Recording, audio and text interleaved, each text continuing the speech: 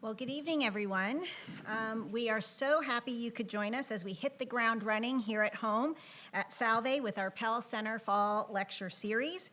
Thank you to everyone that has made this evening possible, especially my colleague, Dr. Bill Lehman, Director of the Honors Program, and of course, the wonderful staff at the Pell Center. So happy Constitution Day, everyone. Yay! Yay! As we celebrate today, September 17th, we are marking the day the framers signed the Constitution. It's a day to celebrate the principles of America and to remind us that we all hold the same proud title, citizen. There is no better moment than today for every one of us to recommit to the values of America and to work together towards a more perfect union, to disavow political tribalism that is infecting our system, and instead embrace our constitutional promise to uphold the dignity of all people in our country, as is inherent in our very own Salve Mercy values. Tonight, we have a great panel for you. Professor Peter Margulies is joining us from Roger Williams University Law School, where he is a professor of law. Professor Margulies focuses on the delicate balance between liberty, equality, and security in issues involving law and terrorism. Professor Margulies has written almost a dozen articles discussing the war on terror and has an extensive background in immigration law. Professor Margulies teaches immigration law, national security, and professional responsibility. He has filed amicus briefs in high visibility cases with the U.S. Supreme Court and has been frequently cited in the New York Times and the National Law Journal and other media outlets. Welcome. The Honorable Justice Melissa Long was sworn in as an Associate Justice of the Rhode Island Supreme Court on January 11th, 2021. Before her elevation to the Supreme Court, Justice Long served for over 3 years as an Associate Justice of the Rhode Island Superior Court, where she was assigned to be in charge of various calendars in Providence County. Immediately prior to joining the bench, she was Deputy Secretary of State at the Rhode Island Department of State from 2015 to 2017. Justice Long currently chairs the Rhode Island Committee on Racial and Ethnic Fairness in the courts and is an advisory board member of the National Consortium on Racial and Ethnic Fairness in the courts. And our moderator this evening, welcome, Justice Long. Thank you. And our moderator this evening is the man who needs really no introduction to this crowd, Dr. Jim Ludis, Executive Director of the Pell Center for International Relations and Public Policy. Before I turn it over to Dr. Ludis, I want to share a bit of information with you about our program this evening. First, the program will run until about 6:30. We'll have about 40 minutes of discussion with our panelists and then move into audience Q&A for about 15 minutes or so. I also want to extend this note related to members of the judiciary when they appear in forums such as this. Judicial officers are not permitted, based on the Judicial Ethics Code, to comment on any current proceedings.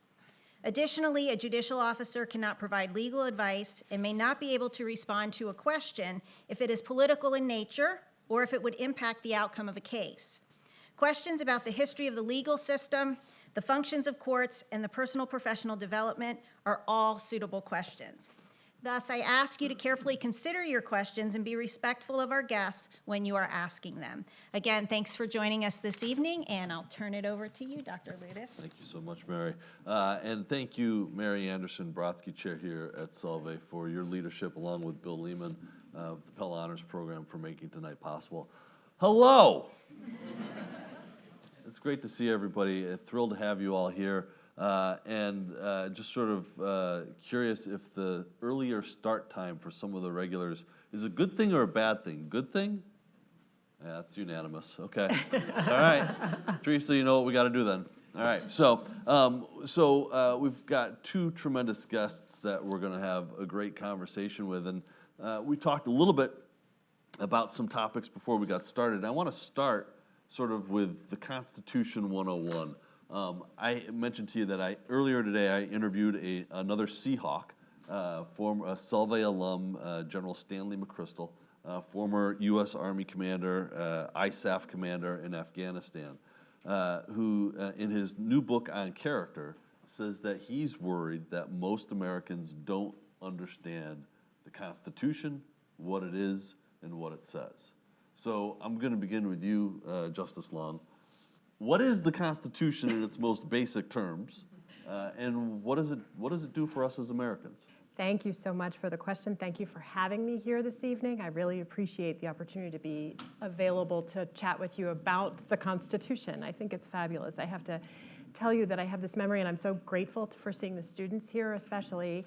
I have a memory of September 17th, 1987, going down to the Washington Capitol for a celebration of Constitution Day. This is an incredibly important day, and so I'm just thrilled to be here. It is a founding, like basic organizing document for us as Americans and how we live.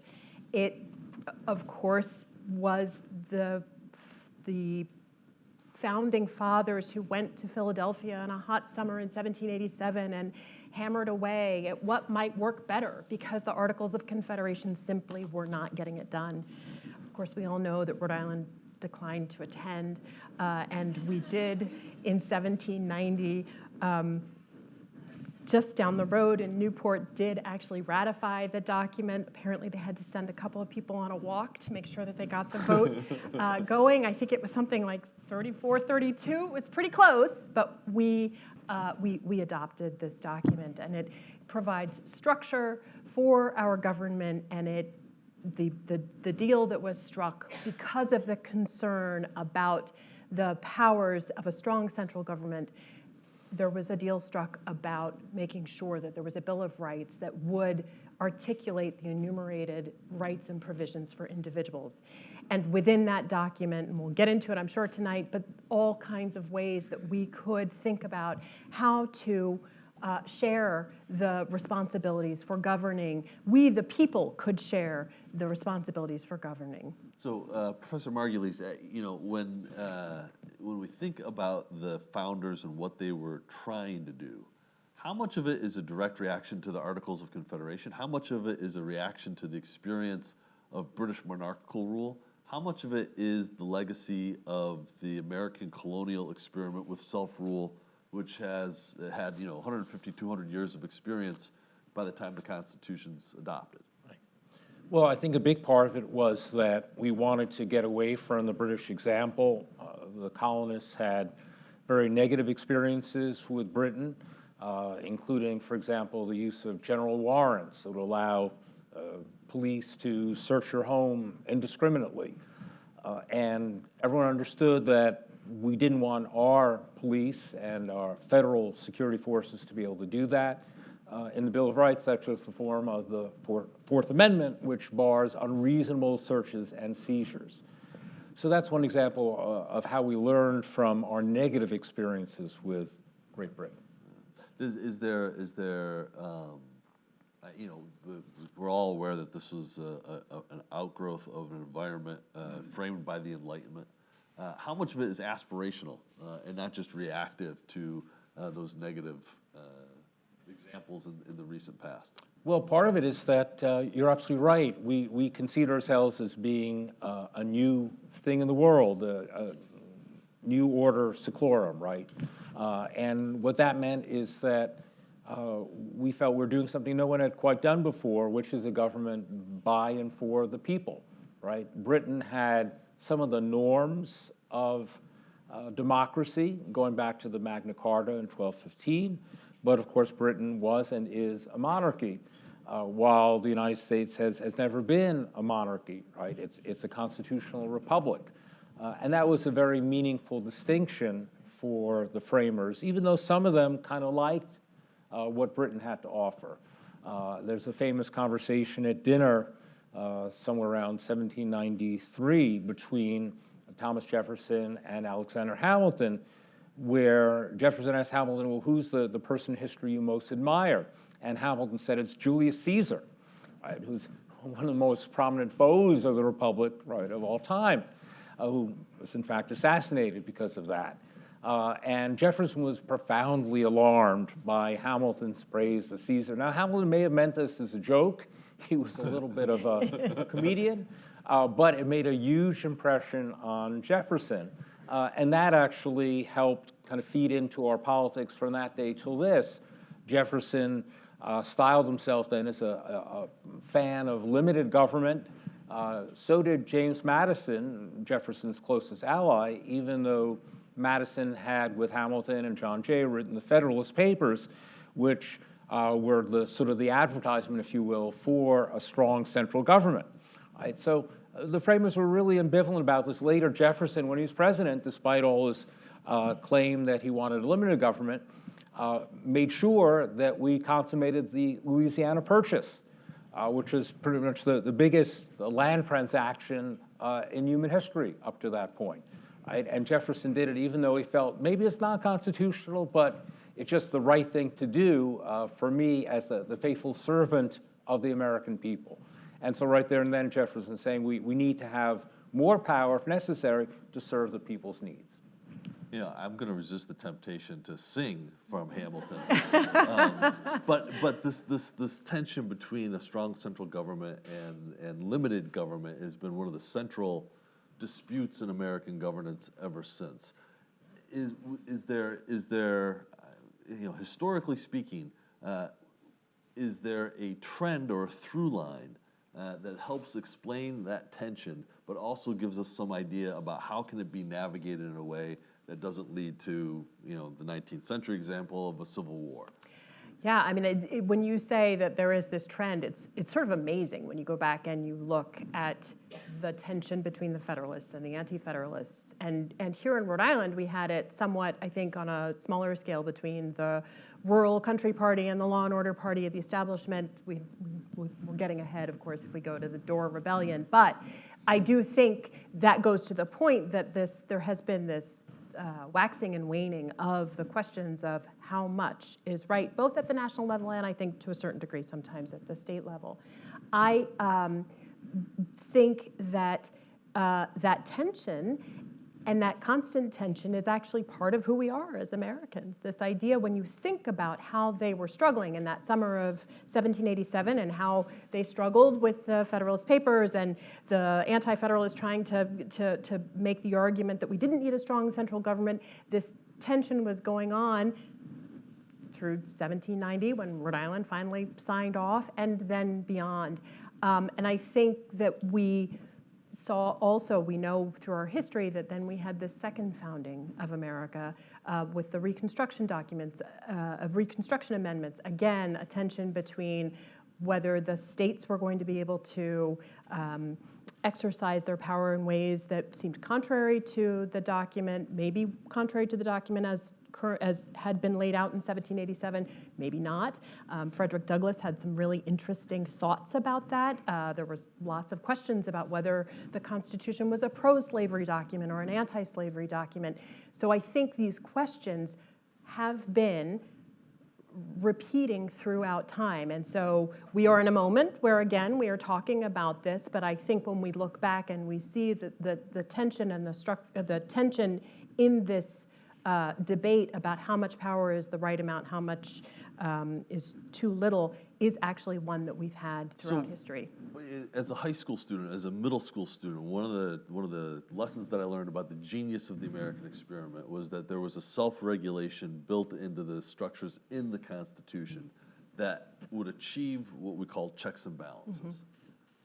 How does that really work? Yeah, it's a great question. And I will, of course, talk about it from the perspective of federalism.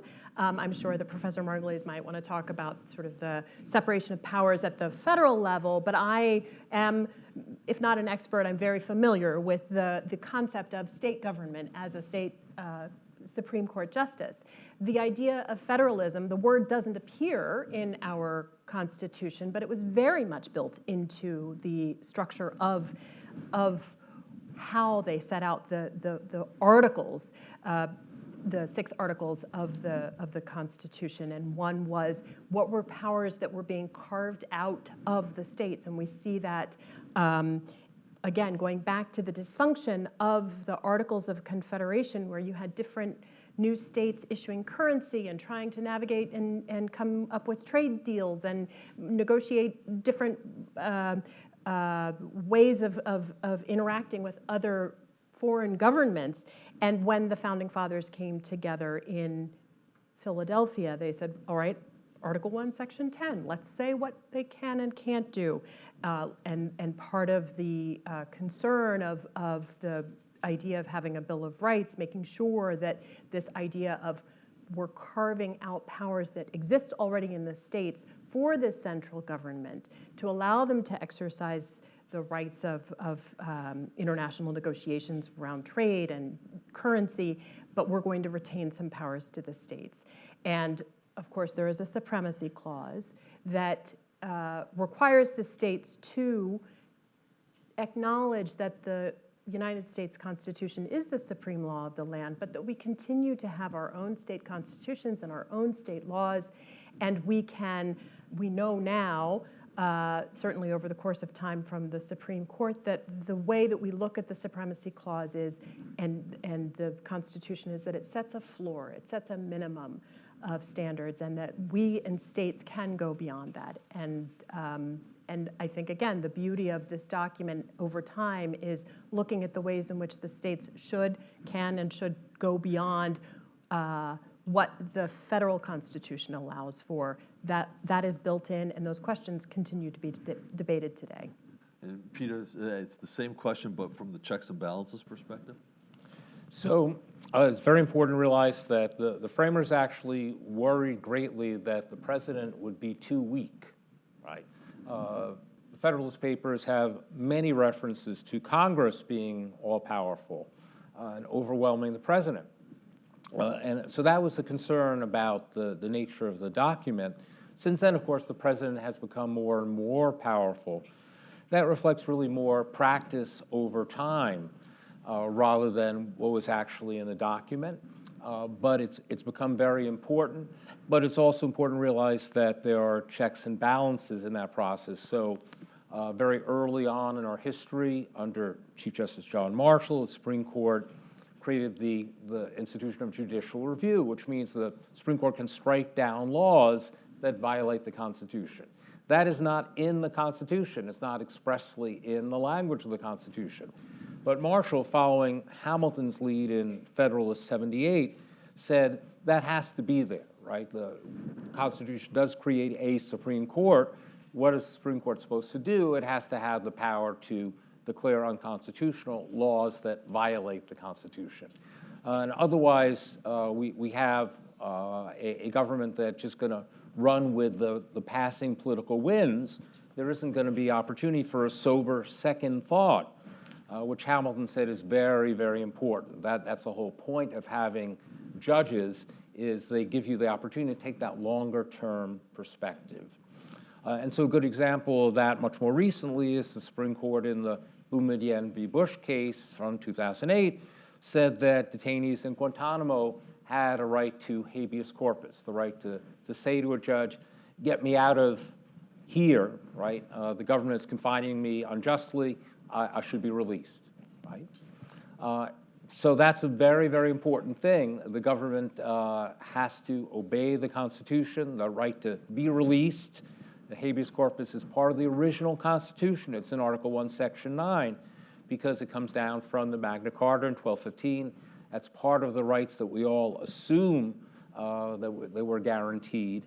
And the Supreme Court has cared about that. Query, though, whether the Supreme Court today would feel the same way. I'm not sure this particular configuration justice would vote the same way in a case like Boumediene v. Bush.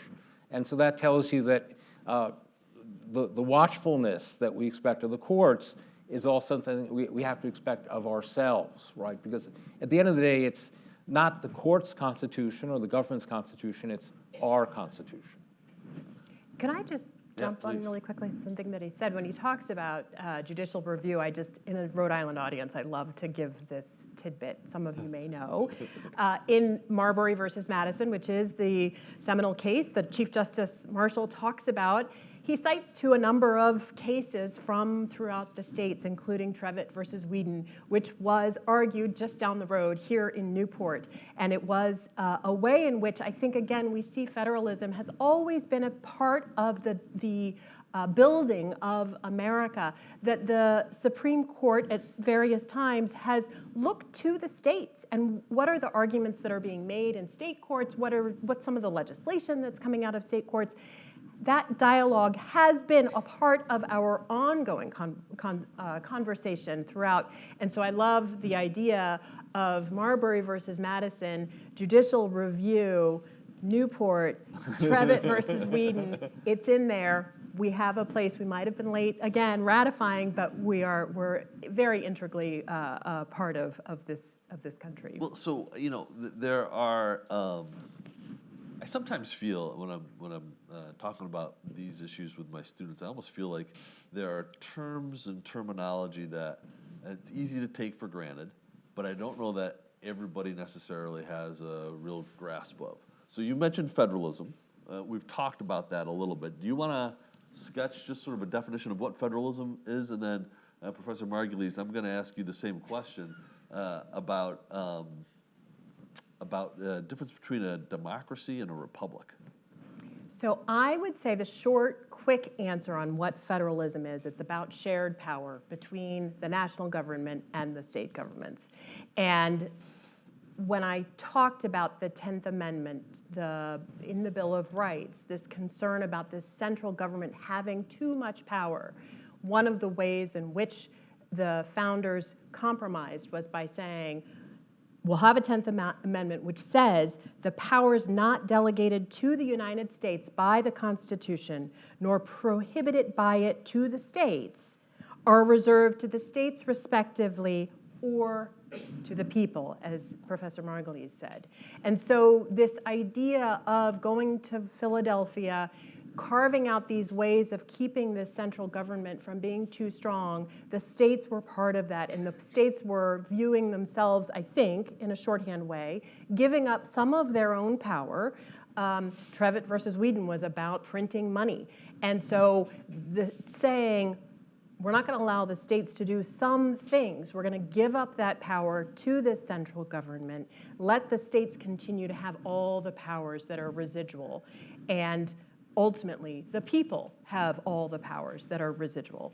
And so that would be my shorthand definition of federalism. The thing that I get excited about as a historian about this, though, is reminding people that this was a human compromise. That they were locked in a pitched political battle about how this was going to be done, and they hit a sticky wicket. And they negotiate and they argue, but they come up ultimately with a compromise that tries to do this. And that human element is what I find absolutely fascinating. Yeah, and I think, you know, we can't overlook that there were some things that they had very difficult time. And I think we need to reckon with that and remember that over time. And again, that's coming up. Going back to Frederick Douglass and this question about whether or not it was a pro-slavery document or an anti-slavery document, but you're right, there were these questions. You had entrenched interests from different parts of the 13, well, again, and it was 12, but you had these different entrenched interests, and this idea of compromise was something that they realized it was not working under the Articles of Confederation. They needed to find a way to make it work. And so compromise is not always a dirty word. Sometimes it gets us a little bit further, and you know, we continue in the preamble, beautiful language, in order to achieve a more perfect union. We continue to work and continue to listen to the different voices and different perspectives to try to come to the best solution. So, Professor Margulies, democracy versus republic, what are we? We are a republic, right? So we have constraints on the rule of the people. We don't take votes of all of the people, right? Perhaps we should.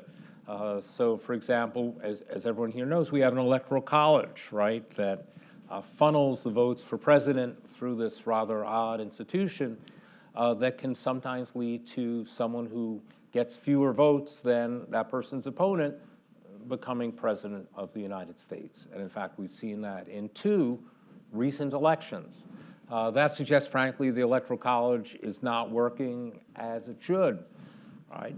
And I think there's an argument that the institution of the Senate isn't working as it should. The notion of the framers was that the Senate would provide sort of, again, that sober second thought. You have the House, where people are elected every 2 years, very close to the people. Senate, senators are elected every 6 years. There's 2 for every state, large states as well as small states, right?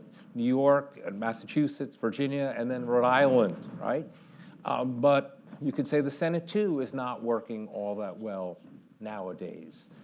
So those are anti-democratic things that perhaps we ought to change.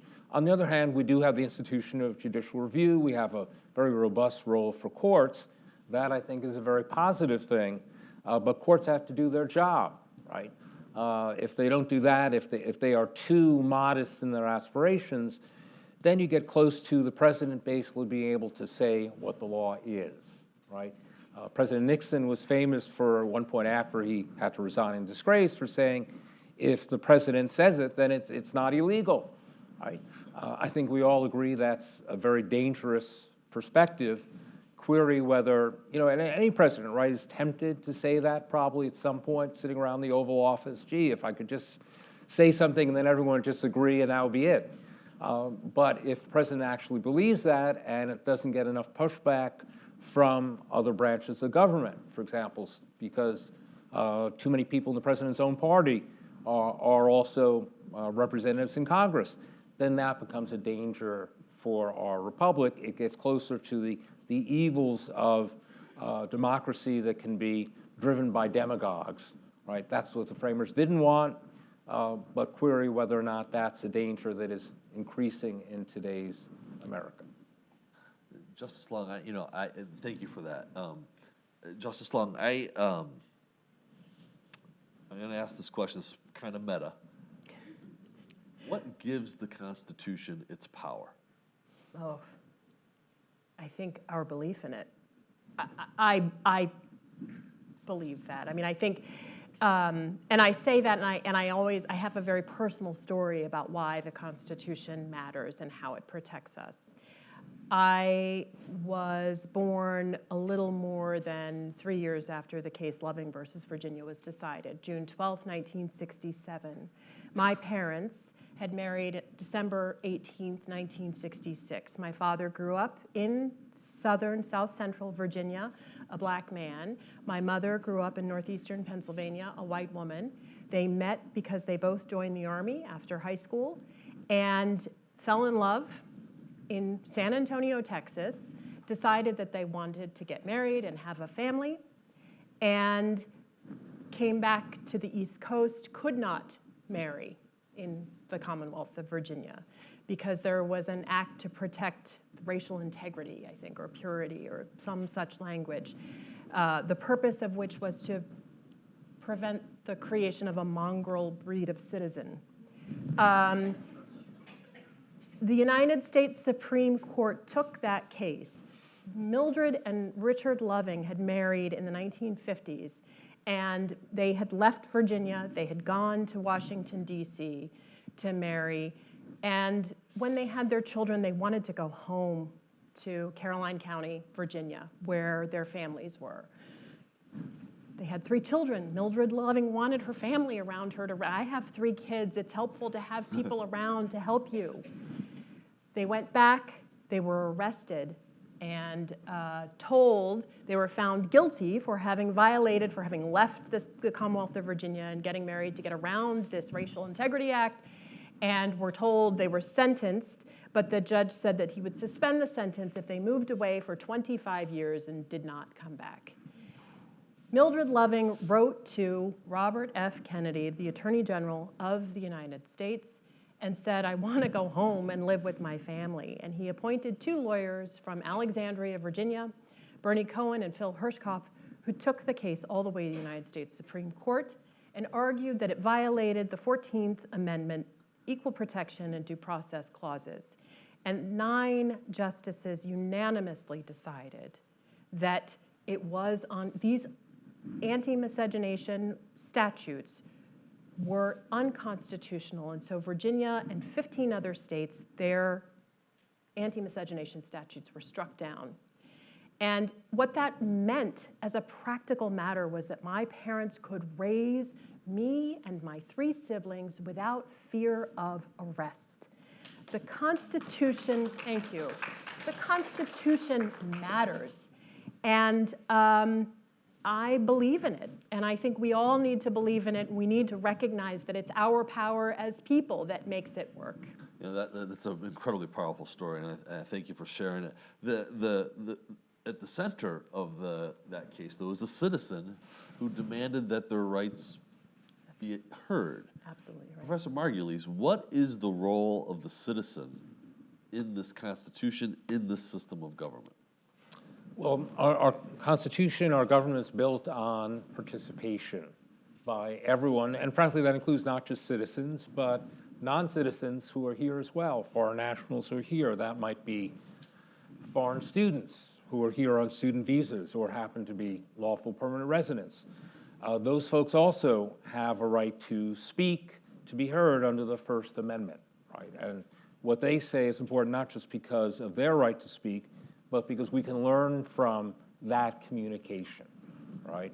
And so that's one thing that's coming up that will probably reach the Supreme Court in a year or two, involving foreign students that the Trump administration is trying to remove, to deport, because it has what the Trump administration has called hostile attitudes toward American government, American institutions, and America's founding principles. I always thought one of our founding principles was the First Amendment, right? But maybe the Trump administration has not gotten that message. So that's one example, but another example of how the Constitution means something and how we all have to monitor it very carefully is words in the 5th and 14th Amendments about due process of law. And so basically that means if the government's going to do something bad to you, you have a right to be heard why the government wants to do something bad to you and try to respond. Very basic, very common sense. And the Supreme Court, to its credit, just in the past few months, pushed back against the Trump administration's attempt to dispense with due process when it tried to remove a bunch of non-citizens from the U.S. to El Salvador, to a notorious prison there. These folks had just been sitting on the runway. They're about to take off on this flight to El Salvador. They got no due process at all, no opportunity to say, no, I don't belong on this plane going to this notorious prison. And the Supreme Court stepped in and said, these folks are entitled to notice, their opportunity to be heard. The government has to tell them why they're being shipped to El Salvador, has to give them an opportunity to present arguments against that, and to meet with an attorney who can represent their interests. Right? So on that issue, the Supreme Court pushed back, invoking this notion of due process, that it's part of our Constitution, part of the book that Justice Long has here, but those are living words. We have to all recognize those are living words, and we have to protect them. You know, does there, when we talked about this a little bit, we hinted at it anyways, but we have to talk about 3/5. And so the Constitution, one of the compromises in how are you going to count for the population of enslaved individuals, enslaved people in America, and the compromise was, well, we'll count them as 3/5 of a person. I think Frederick Douglass before the Civil War would say that the document itself is flawed. The founders were flawed, but the ideals in it are redemptive. Does that stand up with the scrutiny of time? It's another 100 years after the Civil War before the country truly becomes a liberal democracy.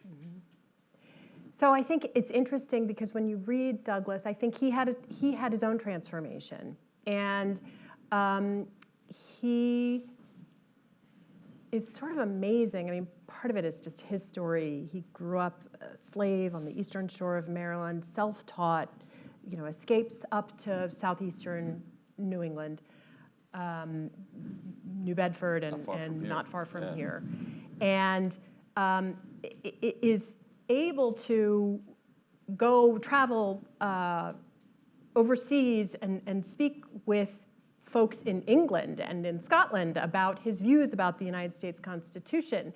And he writes a letter soon after, I think it was Harper's Ferry, where I think he's over there because he's a little concerned that he might, you know, face some trouble when he comes back home. But he actually writes a letter where he speaks almost like a Hugo Black textualist, where he says, you know what, I'm going to read this document through and through, And I'm going to look not just at all the individual parts, but I am going to look at the preamble, and I'm going to look at what the words say. And I think that what's in this document, the way that I read it, whatever the hidden meanings of the slaveholders or the folks who were coming from slaveholding states thought, whatever their hidden motivations were, what matters are the words, and the words offer hope and promise. And towards a more perfect union, we did have to have the Reconstruction Amendments, so 13, 14, 15, but also there have been there are 27 total amendments. So the first 10, the Bill of Rights, then we had the Reconstruction Amendments. I'm not good at math. So whatever the remainder is of 27. But part of that also includes the 19th, which is women voting. So this idea that, look, I think he's right. It holds a lot of promise. It's not perfect. It takes us as citizens to be engaged and to think about how we actively work towards achieving a more perfect union. You mentioned the 13th Amendment. This is the 160th anniversary year of the 13th Amendment. And I think we're doing an event in November where there'll be a film screening and another panel discussion particularly about this. In fact, I think it's a day-long conference. Yes. How did the 13th Amendment change relations between the individual states and the federal government? Justice Long. So I think one of the really fascinating things about the Constitution is the words that aren't in there. You know, Professor Margulies mentioned judicial review doesn't appear in there. The word federalism isn't in there anywhere. And in the original Constitution, the word slavery does not appear. The 13th Amendment is the first time that the word slavery appears. And it, you know, the way that the work towards getting the 13th Amendment passed is, you know, fascinating story, but the language neither slavery nor involuntary servitude except as punishment for crime whereof the party shall have been duly convicted shall exist within the United States or any place subject to their jurisdiction. Section 2, Congress shall have the power to enforce this article by appropriate legislation. For the first time, this document says Congress can actually step in and do what the states aren't doing. It's not until the 13th Amendment that that happens. The Speaker of the House at the time of the passage of, actually he wasn't Speaker then, but I don't know if anybody here is from Maine. The Mainers are sort of amazing.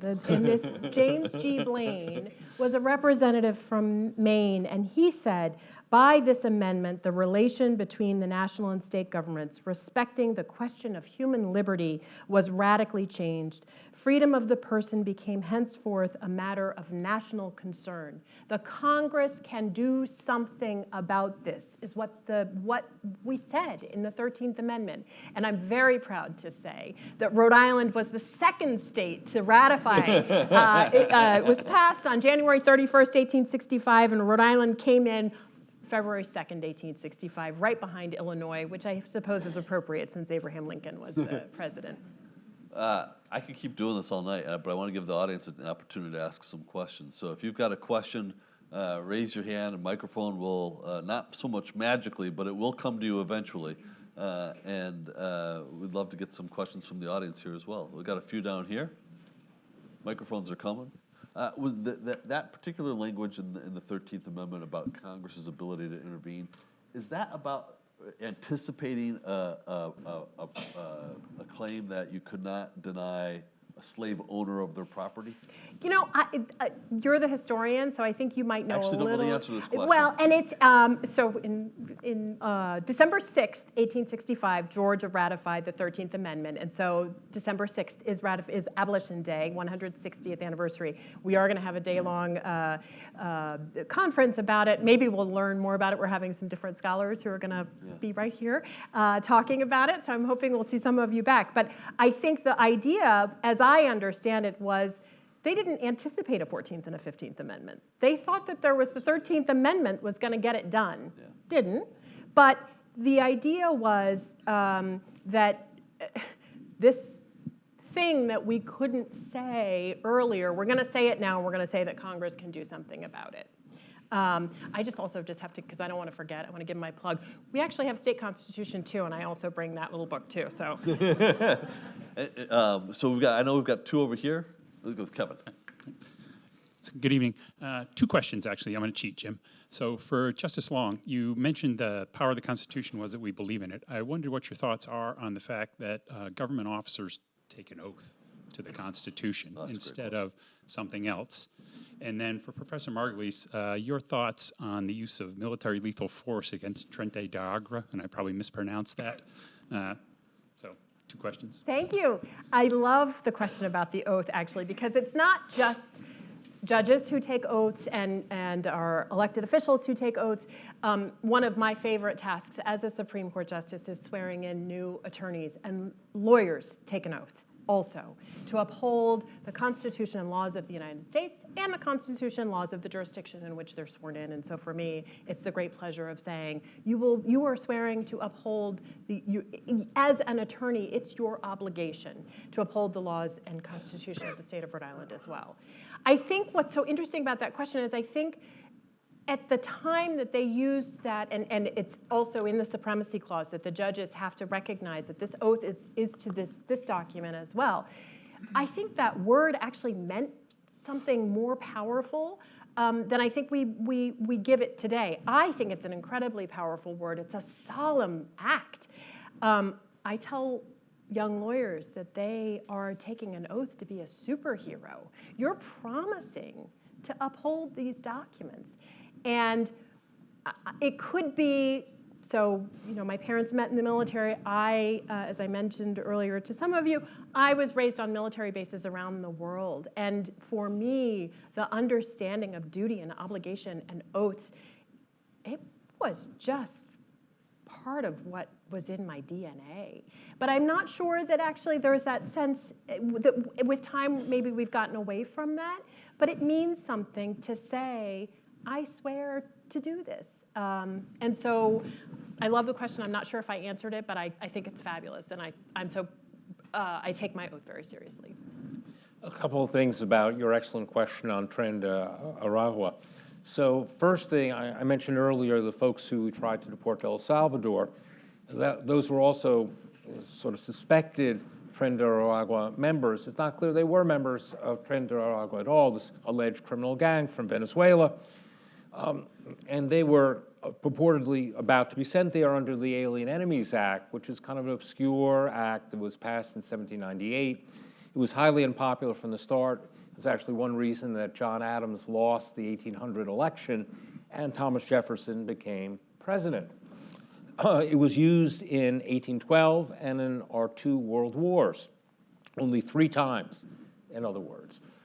And the standard in the Alien Enemies Act is the president can deport people if they're nationals of countries who have launched either invasions or what's called predatory incursions against the United States. Okay?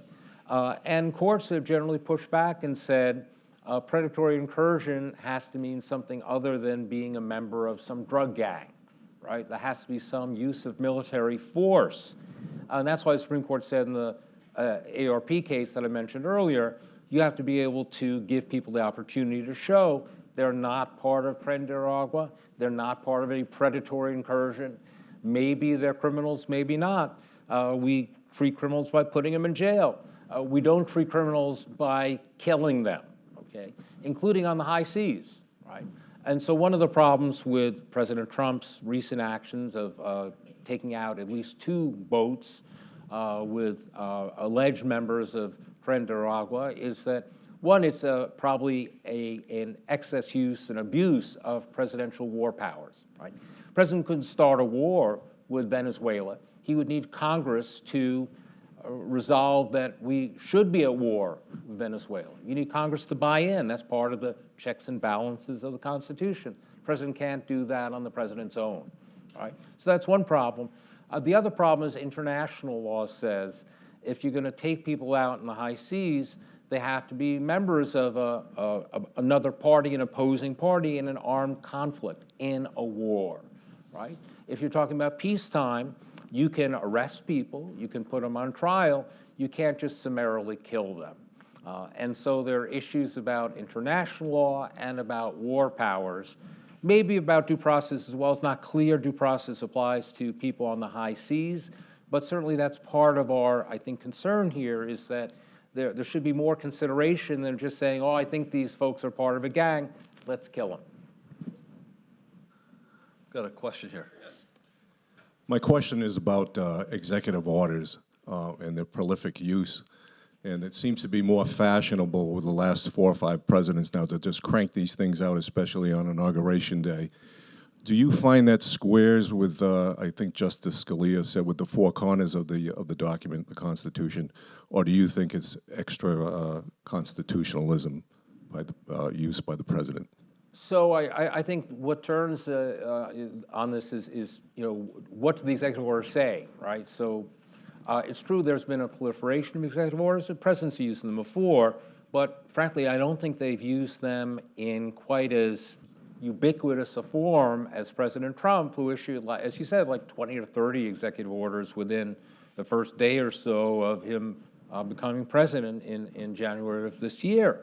One of those is the act I mentioned, the executive order I mentioned, that says we're going to deport people who show hostile attitudes toward the United States, right? And that, to me, is very problematic in terms of our First Amendment, right? So what you want to look at is what the president has sought to do in these executive orders. I think presidents on occasion have overreached.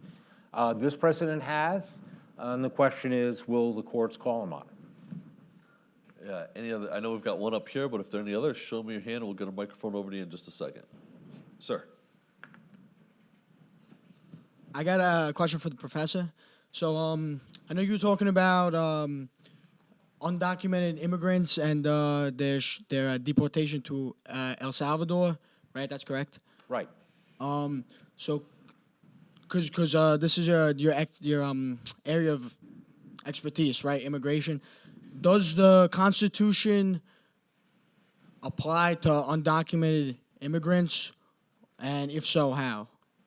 So that's a great question. So I have to give sort of a mixed response, which is if you're talking about, let's say, the ordinary criminal law, right? The same rights that citizens have are also possessed by people who are undocumented or by foreign nationals who are here with some kind of visa, right, who are documented. So the same rights under the Fourth Amendment, the right against unreasonable searches and seizures, the rights of the Fifth Amendment against self-incrimination, the rights of the Sixth Amendment for a fair trial and access to counsel, right, access to a lawyer. Those all apply across the board if you're charged with a crime or if you're arrested for a crime. What happens in immigration is a little bit of a tougher story because the Supreme Court has said for well over 100 years that Congress has pretty much blanket power over immigration, right? So you have to read everything through the prism of that blanket power. There are still guardrails in place, so due process does apply to people who are in this country. And so I think that's a meaningful check. Arguably, the First Amendment applies to foreign nationals in this country as well. So I think there are guardrails in place. The Supreme Court will have a chance to sketch out in the next couple of years how robust those protections are. So stay tuned. Thank you. We've got a question right down here.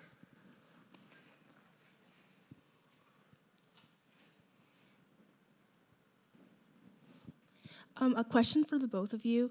Given that we're on a college campus, what are some ways that students can engage in civic engagement and promote it to their peers? Great question. I love that question. Great question. So thank you for being here, first of all. What I was saying to the professor earlier that there was a study done, a report issued by the Center for Information and Research on Civic Learning and Engagement back in April, and it's all about young people and young people's view of and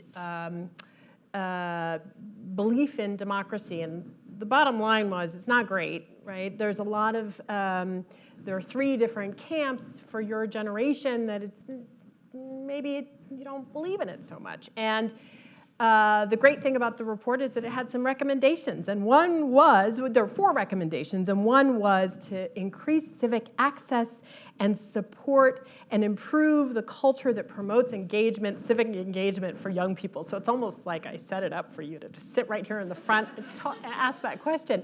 Thank you for being here. Truly, I think that we have not society has not maybe done the best job of teaching your generation about civics. I mean, when I started this conversation, I said September 17th, 1987, I was in high school, and I went to the Capitol to celebrate Constitution Day. I think there was a different understanding and presence about the civic learning when I was younger than I think maybe my own kids have had. And I mean, although I've made sure that they've learned plenty, trust me.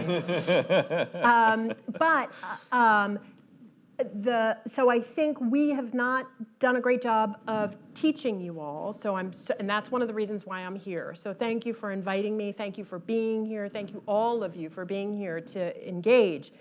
The 4th recommendation was to create opportunities for you in this younger generation to engage with each other, because, and especially those of you who are on a college campus, with your education level, you probably have a better appreciation for democracy than maybe some of your peers who are not in college. They might fall in those other 2 buckets. And part of it is making sure that you all are figuring out, we don't do a very good job of talking to kids. My kids tell me that all the time. There are ways in which you can engage each other.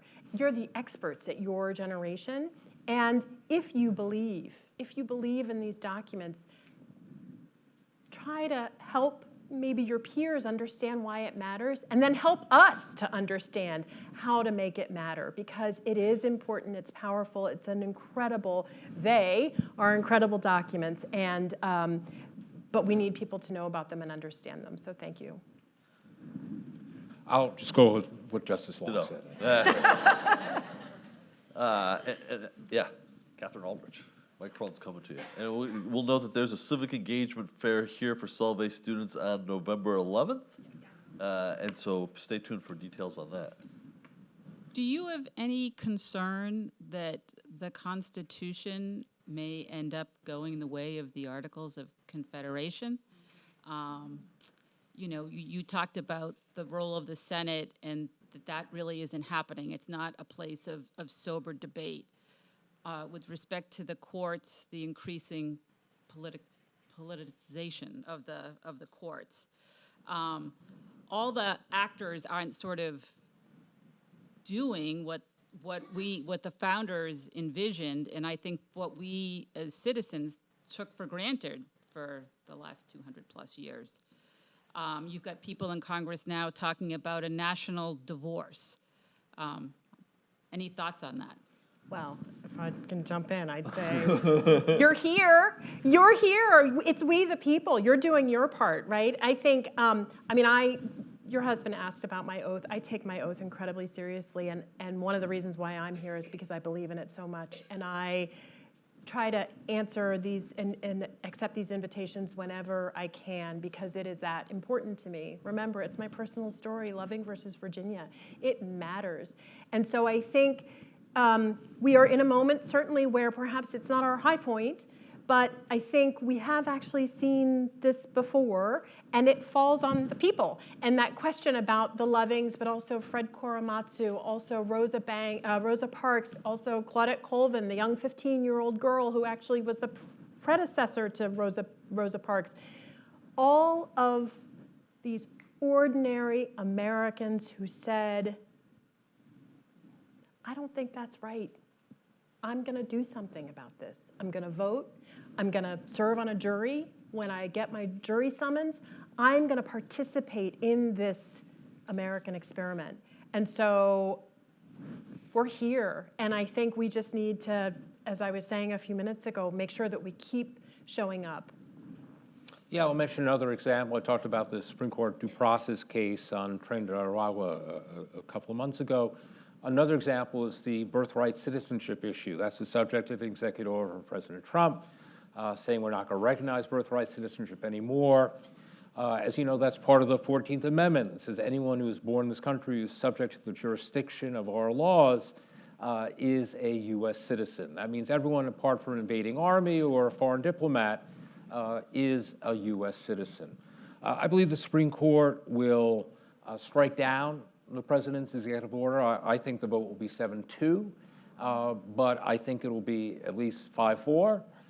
And so I think the Supreme Court will put down a marker there that there are some limits on presidential authority, right?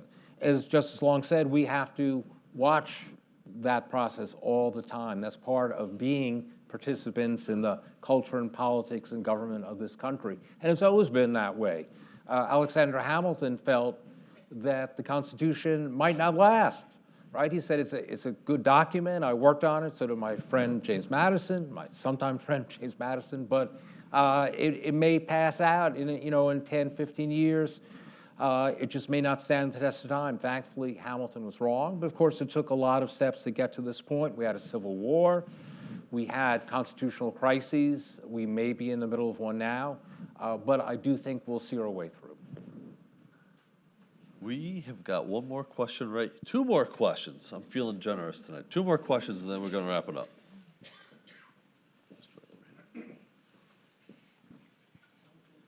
So I have two questions about the same issue. First of all, I am so grateful to be an American citizen. I love our country. I wish I knew more about the Constitution, but I'm not a judge or a lawyer. My interest is in your thoughts about, are we the only country on the planet that gives 100% due process to people that enter illegally, equal to American citizens? Okay, when you talk about due process, it's the right of people that enter illegally to have due process. Then the other part of that is, what do you think about pregnant women that are not citizens, that come to this country to have babies and become citizens? I believe we're the only country in the planet that does automatic citizenship in that manner. I wonder what you think about that, and if you think any of that's going to change. So birthright citizenship, Professor Margulies, are going to... So we're not the only country that provides due process to non-citizens. Many countries do that. Many countries in Europe do that, for example. There has been an attack on the rights of refugees around the world, and Europe is also trying to sort of pick up the gangplank and keep people out. I think that's short-sighted, but it's part of a global trend. In terms of the situation, remember, with someone being pregnant and coming here, I have to say I think that rarely happens, right? I certainly think that people come here in search of a better life and eventually have kids, right? And people have been doing that for a long time. I don't think people come here often when they're 9 months pregnant. I think that's, tough to do. It's not easy to get into this country.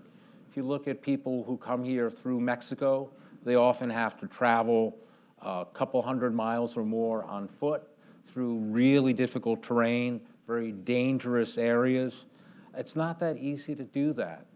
And I guess I think we should want those folks. If people care enough to come here despite the dangers, we should think they have something to offer, right? So my view is that I welcome people. We do have to enforce our immigration laws, right? And sometimes we have been lax in doing that. But we need to combine that with fairness and liberty for all concerned. We've got time for literally one more question. Yes, I'd like to take a second and look at the Constitution and its amendments, not as a document, but as a beautiful written piece of work, and ask each of the three of you which passage or sentiment within the Constitution and its amendments speaks to your heart and why. I can answer. I'll start. So, so as a Senate staffer, I took an oath also, and I remember looking at my at the clerk who swore me in and wishing that my parents had been there. Right? It's a powerful, moving. But for me, the most powerful passage of the Constitution is "We the people." I mean, that is the essence of it. We're a republic. It's up to us. Yeah, I think I have to jump on that bandwagon and say, I mean, the entire preamble. We, the people of the United States, in order to form a more perfect union, establish justice, ensure domestic tranquility, provide for the common defense, promote the general welfare, and secure the blessings of liberty to ourselves and our posterity, do ordain and establish this Constitution of the United States. Beautiful words. I would nominate the Equal Protection Clause of the 14th Amendment, right, which says government has to treat people equally, right? And there are really a lot of mentions of equality in the Constitution, but that is one of them, and I think that's so important. This is a profoundly rich conversation. I want to thank both of you for being part of it.